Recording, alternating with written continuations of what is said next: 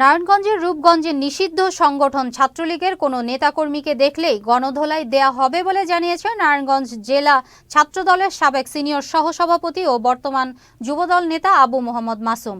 আজ সকাল 10:30টার দিকে রূপগঞ্জ উপজেলার কাঞ্চনকুড়িল বিশ্বরোড সড়কের 300 ফিট সুমু মার্কেট এলাকায় ছাত্রলীগ ও আওয়ামী লীগের ঘোষণা দেওয়া কর্মসূচি রুখতে যুবদল ও ছাত্রদল নেতাকর্মীদের বিক্ষোভ মিছিল ও অবস্থান কর্মসূচিতে আবু মোহাম্মদ মাসুম যুবদল নেতা এসব কথা বলেন। এ সময় বিক্ষোভ মিছিল এবং অবস্থান কর্মসূচিতে অংশগ্রহণ করেন যুবদল ও ছাত্রদলের নেতাকর্মীরা।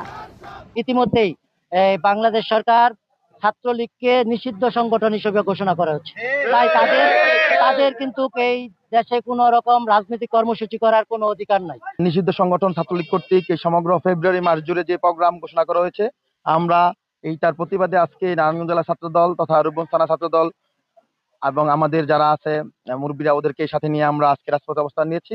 আওয়ামী লীগ যে অবৈধ কর্মসূচি ঘোষণা করেছে এই রূপগঞ্জকে অশিথিল করার লক্ষ্যে তারা যে এই চক্রান্ত সৃষ্টি করতে চায়, এই চক্রান্তের বিরুদ্ধে বাংলাদেশ জাতীয়তাবাদী ছাত্র দলের পাশাপাশি আমরা যে মঞ্চ সহ তাদেরকে রাস্তায় পেলে তা প্রতিহত করব।